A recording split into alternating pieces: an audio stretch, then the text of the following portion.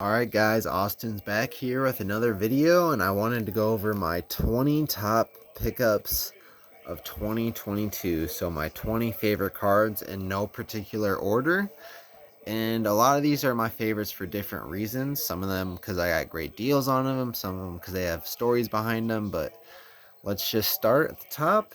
We'll go over each card. So this one is a Derek Jeter 1 of 1 Jersey Fusion. I have realized Jersey Fusion isn't like a top tier thing, but I pulled it myself out of a box, and just to pull a 1 of 1 is so cool.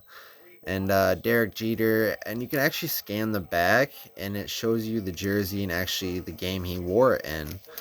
When I first pulled this, I would have told you I probably could have sold it for 800 to 1,000, but the way the market is now, probably a couple $100, 300, I don't know. But I would not sell it in the conditions the market is now. That's one thing I'll say, is that I don't think it's a good time to sell really any cards right now. Holding like diamond hands, you know? Alright, second card. I made a video about losing a lot of money on this card, but actually I entered a break, and I went half on a box of Marvel when it first came out, PMG. It was $5.50, so I paid half, and I pulled this card. And this card's out of 10, and it's just so rare. I think it comes out once out of like 9,000 some packs. And when I first pulled it, it was worth $7,000 when I had it in hand, and I could have sold it on eBay for that. But I decided to hold it because I wanted to complete the whole rainbow, get the variants, grade it, this and that, and now it's worth $895. Or 850, I think. So I did kind of miss the boat on that, but it was definitely a lesson learned, and at least I'm still net positive on this card. But really, I just kind of wanted to hold this card because I thought it was so cool. So that was another reason why I didn't want to sell it, but that's why it's in my top 20, because I do think this card's very cool. So next, 2013 Kaboom, Anthony Davis.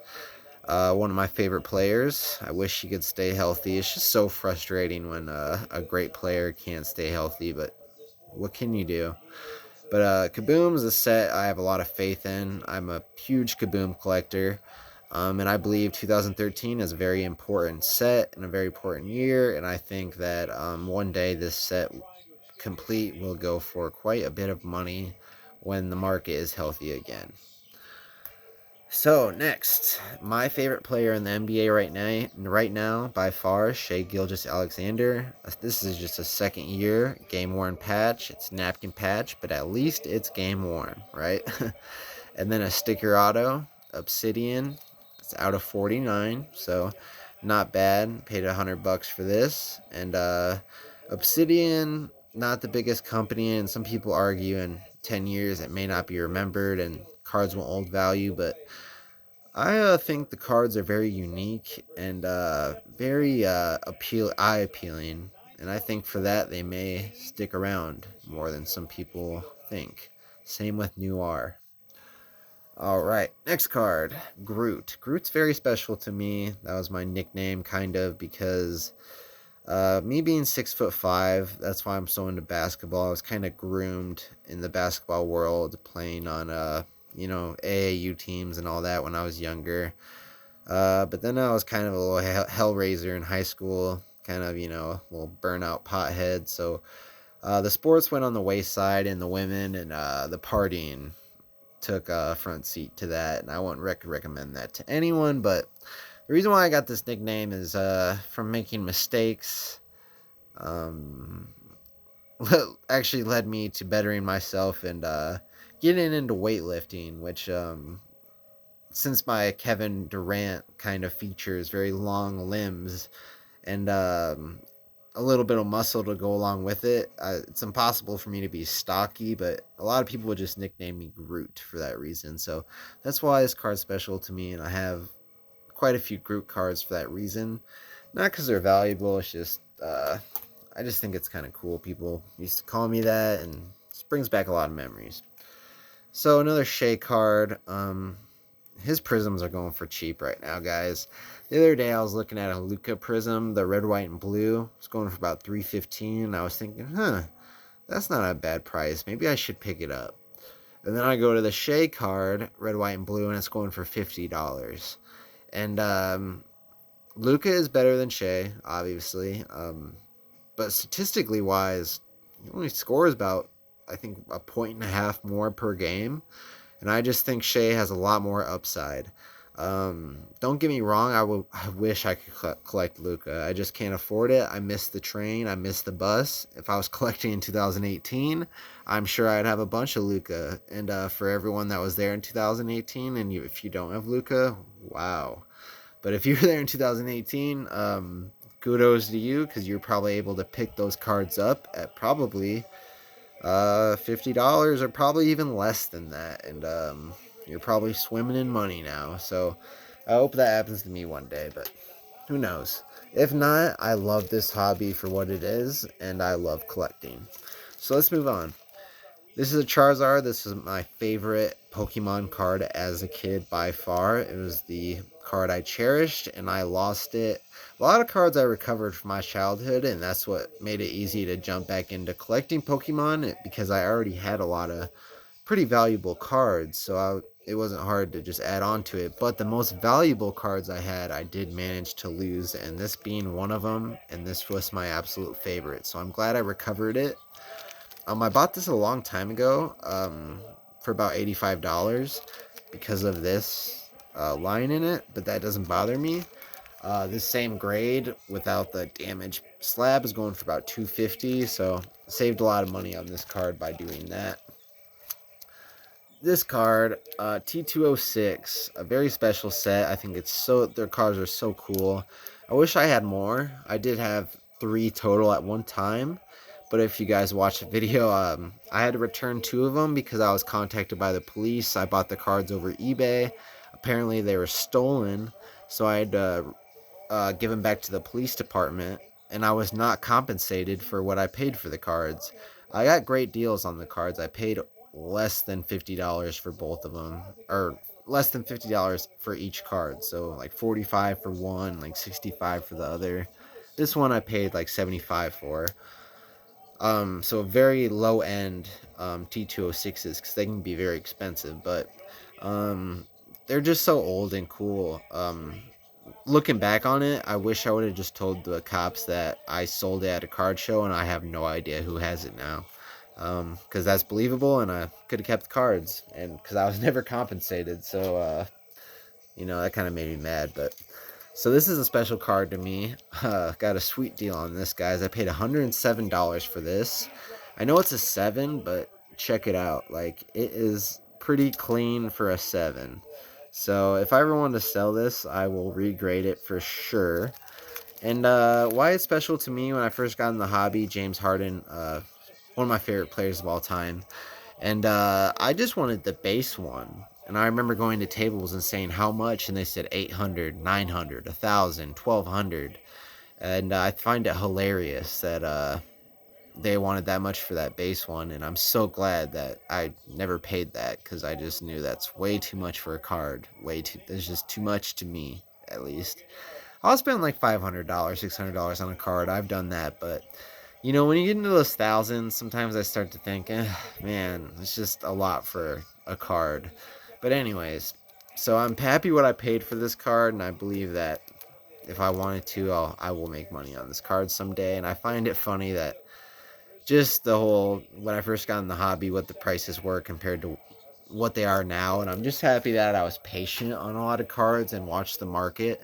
Luckily, when I got into the market within the first month, all those rumors were going on, like, oh, all the prices are going down, beware, beware. So really early on in my collecting, I was kind of wary of the cards are going down and to be careful what you buy. So that kind of saved me a lot from FOMO buying and losing money and such things like that. And that's why I always try to give advice in my videos to maybe people who don't know or aren't as educated, because I don't want them making the same mistakes that I made, or worse mistakes, or whatever it is. But let's move on. So this Damian Lillard, special to me because Kobe's the best ever, and this guy has only played for one team, so that's kind of Kobe-esque. I admire that about Damian Lillard, and it's the 2013 Kaboom, so you cannot go wrong with that set. This is my favorite modern card I have, and it is the epitome of a modern card. Look how shiny it is. De'Aaron Fox rookie sticker auto. How much modern can you get? Shiny sticker auto, and it's out of 10. Again, this card was listed for about $785. I offered him $485 for it, and he took it. So I just felt like maybe I still overpaid for it with that, but just getting the $300 off, I guess, made me feel a little bit better. But to me, it was worth it just because I love the look of this card. Honestly, I want to buy more Starburst. Right now, I have my eye on a Lauri Markkanen Starburst. I think I'm going to try to pick up if I can get it for the right price. So next is this Jordan, 1985. What stopped me from getting this when I was a kid was that it was oversized, and back then there was no grading. So you couldn't really fit this in a screw down case, so there was no really case to put it in. So I always thought this wasn't really a card to me, because a card to me when I was a kid was something that I could put in a holder or something, you know. But now that they have these oversized beautiful slabs, it has become a much more attractive card to me, and I definitely believe in this long term. I feel like a lot of these old timers right now in the hobby that collect these baseball cards, they are going to pass on, and the guys that are about my age are going to become the old timers. And guess what? A lot of us, we don't collect baseball, we collect basketball and football. So I think the tide might turn on some of these most expensive cards as the years and years go on. But I could be totally wrong on that. I just feel like as the years go on, less and less people will care about these guys like Babe Ruth and Mickey Mantle. I mean, everyone's always going to care about those guys. I mean, don't get me wrong, but I just feel like, some people should, I feel like Michael Jordan and Kobe Bryant, sometimes, I mean, yeah, I get it. They started the whole athlete thing, but there's better athletes than them. Like, do you think Babe Ruth could be the home run leader in today's MLB? Absolutely not, dude. The dude was like fat and smoked cigars. Like, or any, like Jerry West. Do you think he could go out on the court in today's, like in his prime? And I don't think so, but people would definitely argue otherwise. So I'm saying a lot of bold things today. So let me cut it out and let's just finish this up. So this is my favorite Kobe rookie, and that's because it's embossed. I just think it's so unique. I wish they made more embossed cards. Maybe they do, and I just don't know about them. But favorite Kobe rookie by far. I just love how it looks. Very clean card. Next, so I'll do all these at once. These are all downtowns, and when I first got in the hobby, these were like some cards I really wanted because this was like almost 2,000, and this was 1,000. This was almost 1,000 too, and this one was kind of always down low. It recently, Tyrese Halliburton's been getting more notice, but anyways, these prices all went down. I paid $185 for this. I think I paid $300 for this, but I bought this 6 months ago. Paid like 180, or I think even less for that. 150. I'm not sure. I can't remember. And 75 for this. And they're just good buys, I think, because again, I avoided that FOMO in the top. I feel like I bought these at the bottom, maybe not the jaw, but and so another thing I'll say, when I first got in the hobby, my favorite player to collect was Ja Morant. I felt I saw the most potential in him. But as this season has gone on, and I've watched a lot of NBA games, I don't like his attitude. I think he's cocky. I think he's kind of douchey. He thinks it's a fashion show before games, and I'm not a fan of players like that. So I'm not going to be collecting Ja in the future. Do I dispute the fact that his cards are going to be worth a lot of money? Absolutely not. He's the man. I get it. That's why he has such a big head, but I just don't like players that act like that. He's just very boisterous, and he just thinks he's great. And it bothers me because I think there's players better than him. Personally, I think Shai Gilgeous-Alexander would whoop him one-on-one, but hey. So, bold statement again, right? So, CD promo, just like the Charizard promo from the same group of cards, the Snorlax. I think it's just a very unique artwork, and reminds me of my childhood. I never had this card as a child, but it's because I never knew about it. They never had, back then there wasn't the internet and you couldn't really look up cards. The only cards you saw were the ones you saw in person. So, but when I saw this card, I was just like, wow, the artwork is just so much different than what you normally see on a Snorlax card. So, special card to me. This card I kind of just threw in my top 20 just because I wish I had better Giannis cards, because I believe in him long term. And I do plan on getting around to getting more expensive Giannis cards. I want to get into his rookie numbered, his original autograph. Now he has that. I have one of his autograph cards. He has that really short autograph, but his rookie year he used to write out his entire name, and I really want to get some cards where he has the autograph like that, because I think that'll be significant in the future. Could be wrong, but so this is my only rookie of Giannis I currently have, but I hope to change that. But yeah, so Giannis is a player I definitely want to get more into, along with Shea. And the last two cards, they go together. You know, for Christmas, I bought the entire Metal 1996 set. It is just chock full of some of my favorite players ever. One of the best rookie classes to ever be. And these two cards are just very significant in the hobby. And I believe in them long term. And they are in fantastic condition. But I don't think I'll ever grade them, because the entire set I bought just is so organized, and they all come in you know, cases like this, and it's just very well put together. So I think I'm going to keep it like that and just keep it as a set for the future. But anyways, I know I kind of went on and on in this video, but those are my top 20 cards. A lot of bold statements were said in this. Keep in mind, they're just my opinions, no fact. If you feel something different, I respect that. But these are my top 20 cards, for a lot of different reasons, as you guys can see.